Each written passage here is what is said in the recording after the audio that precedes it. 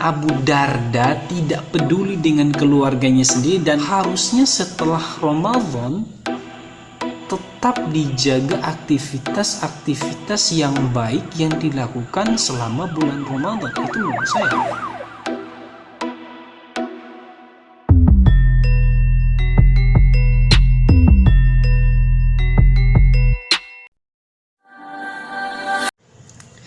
Bismillahirrahmanirrahim. Assalamualaikum warahmatullahi wabarakatuh.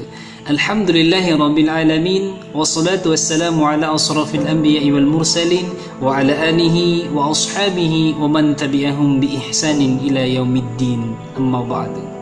Kita selalu bersyukur kepada Allah Subhanahu wa taala dengan mengucapkan alhamdulillahi rabbil alamin, dan kita selalu berselawat kepada Rasulullah sallallahu alaihi wasallam dengan mengucapkan Allahumma shalli ala sayyidina Muhammad wa ala ali sayyidina Muhammad. Teman-teman dimanapun antum berada, bulan Ramadan rajin sekali kita beribadah kepada Allah Subhanahu wa taala.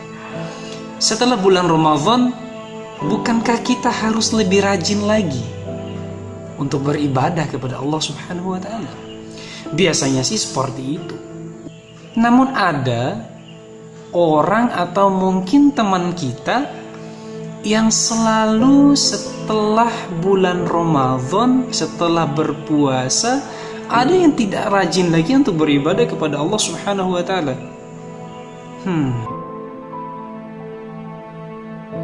Masa setelah kita berlatih selama 1 bulan penuh di bulan Ramadan malah tambah anjlok sekali ketika di luar bulan Ramadan?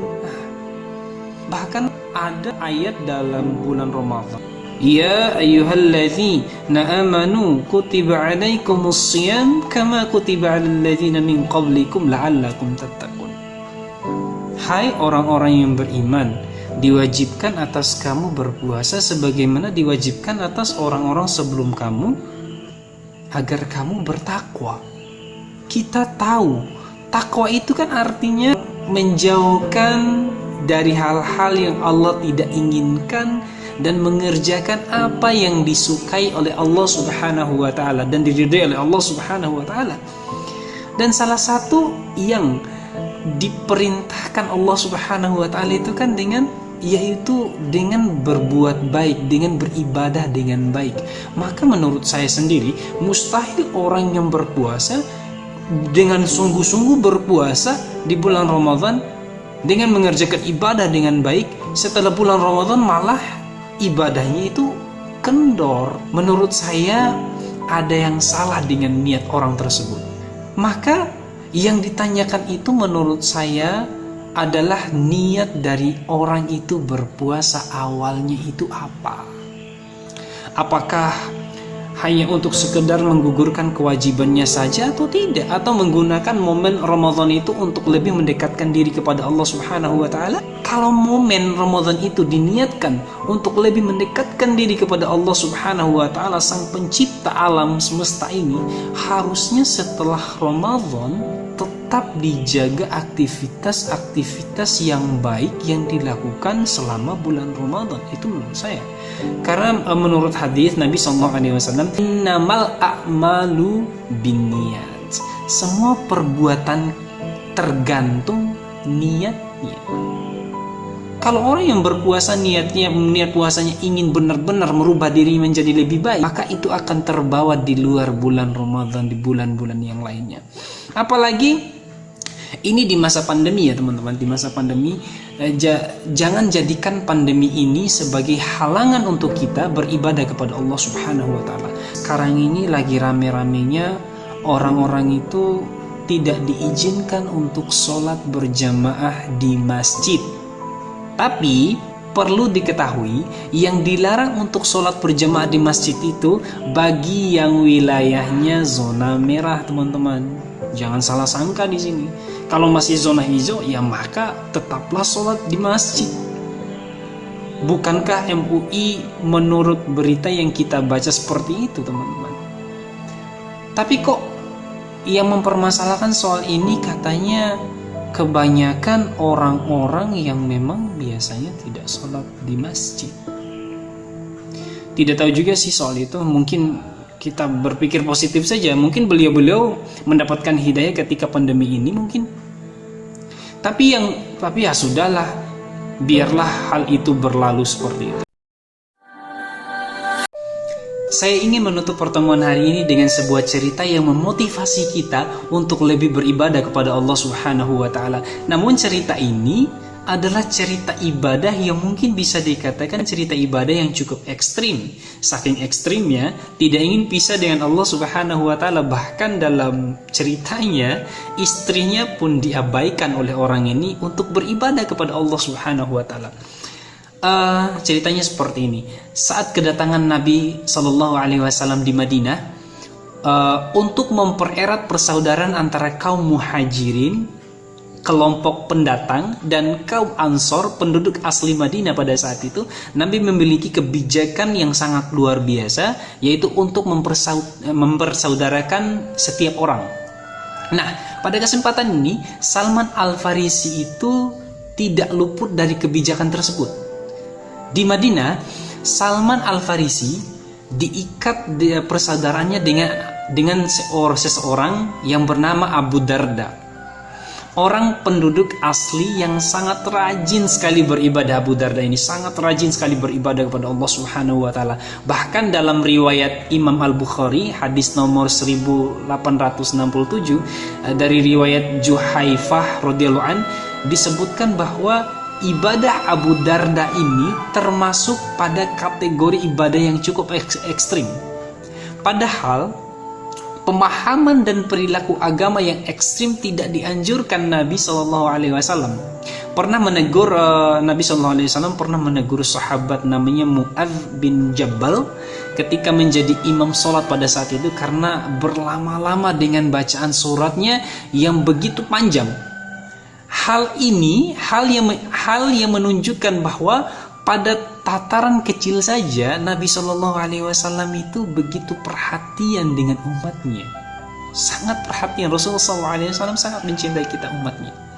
Hal yang sama pun terjadi dengan Abu Darda pada saat itu, sahabat yang terlalu giat dalam ibadah.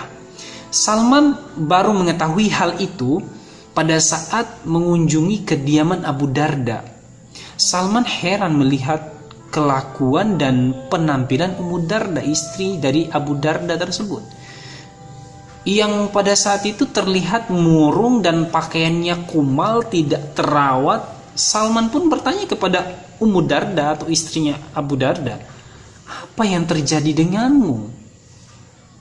"Lihatlah itu saudaramu," kata Ummu Darda pada saat itu.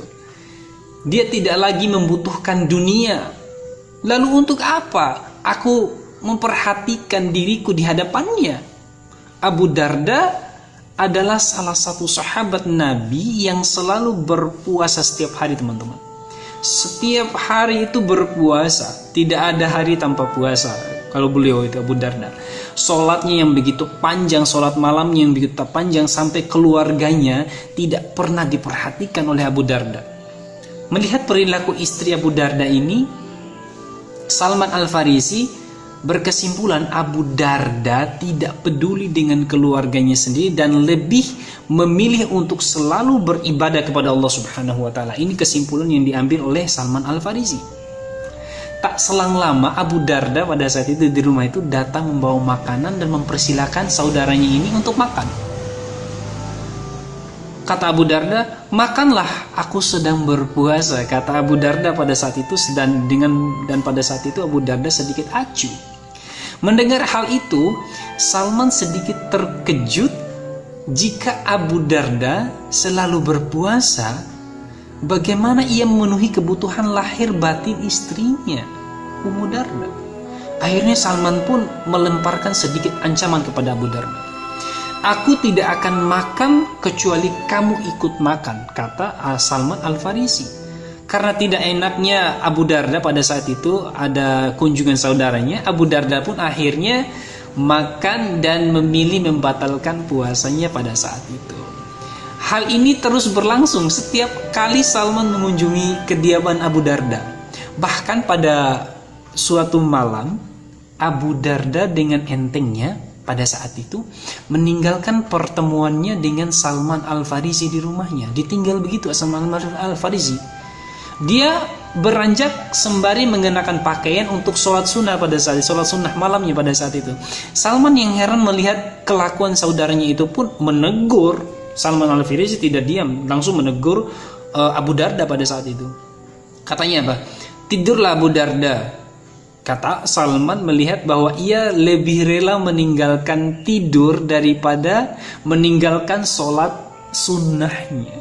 Masya Allah, ibadahnya luar biasa teman-teman.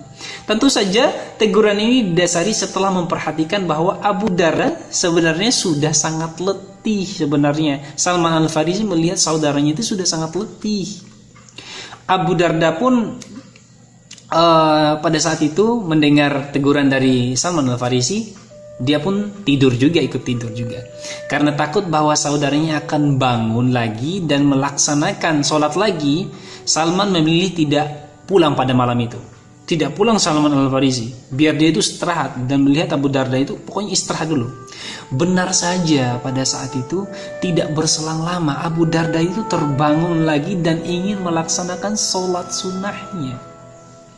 Baru akan bangun pada saat itu, Abu Darda baru akan bangun dari tidurnya, Salman langsung menegur kembali, tidurlah. Langsung pada saat itu Abu Darda lagi langsung tidur lagi pada saat itu, mendengar dari teguran dari saudaranya Salman Al-Farisi. Ketika sepertiga malam, Salman yang semalaman menunggu tidur Abu Darda pun membangunkannya. Nah, kata Salman Al-Farisi, nah sekarang bangunlah, sambil mengajak untuk sholat bersama pada saat itu. Ketika sholat malam itu sudah selesai, Salman pun menegur saudaranya ini, sesungguhnya Tuhanmu memiliki hak atasmu yang harus kau tunaikan. Dirimu punya hak, dirimu pun punya hak atasmu yang harus kau tunaikan, dan keluargamu pun punya hak atasmu yang harus kamu tunaikan, Abu Darda. Begitu yang dikatakan Salman Al-Farisi kepada saudaranya Abu Darda ini. Tunaikanlah hak-hak tersebut kepada setiap pemiliknya, kata Salman mengakhiri pembicaraan pada saat itu, menegur Abu Darda. Malam itu malam itu pun berlalu, dan kisah ini atau perbuatan Salman Al-Farisi ini dibenarkan oleh Nabi SAW beberapa hari kemudian setelah itu. Nah teman-teman, dari kisah ini semoga memotivasi kita untuk lebih beribadah lagi kepada Allah Subhanahu wa Ta'ala, dan ambil pelajaran baik dari Abu Darda, seorang laki-laki mencintai Tuhannya, namun sesuatu yang berlebihan sehingga mengacuhkan hak orang lain, terutama istri, dengan ibadah kepada Allah Subhanahu wa Ta'ala. Karena ibadah kepada Allah Subhanahu wa Ta'ala, maka itu juga tidak boleh teman-teman. Maka semoga dengan cerita ini menjadikan kita lebih termotivasi untuk beribadah kepada Allah Subhanahu wa Ta'ala. Mungkin teman-teman ini yang bisa saya sampaikan, kurang lebihnya mohon maaf. Wassalamualaikum warahmatullahi wabarakatuh.